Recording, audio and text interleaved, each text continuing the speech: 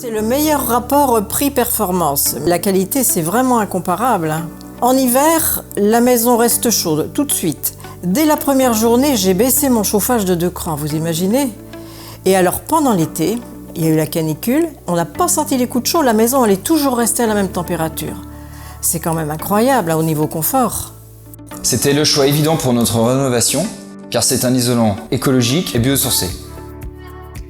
La ouate de cellulose est un isolant écologique composé de papier ignifugé.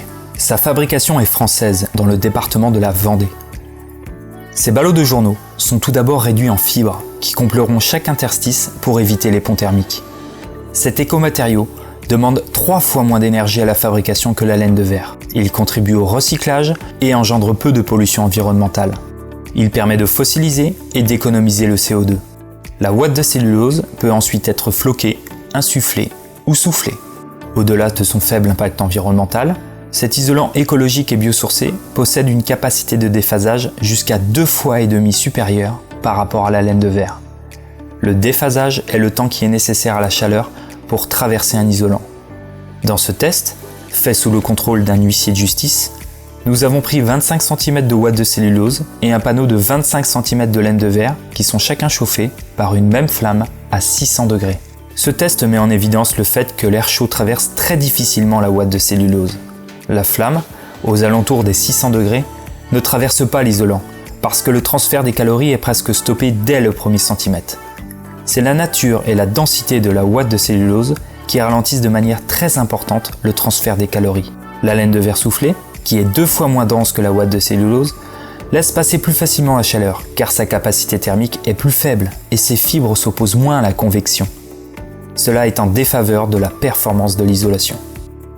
La ouate de cellulose, grâce à sa capacité thermique élevée et ses fibres resserrées, s'oppose au phénomène de convection et de conduction. C'est donc un isolant très efficace en hiver comme en été. Nous constatons qu'après seulement 40 secondes, la flamme a traversé la laine de verre de 20 cm, alors que du côté de la ouate de cellulose, seulement 6 cm ont laissé passer la flamme. Ce test met en évidence l'importante capacité de la ouate de cellulose à s'opposer au flux de chaleur. 3 phénomènes forts sont mis en avant: une très faible conduction thermique, la coupure de la convection thermique et sa forte capacité de déphasage.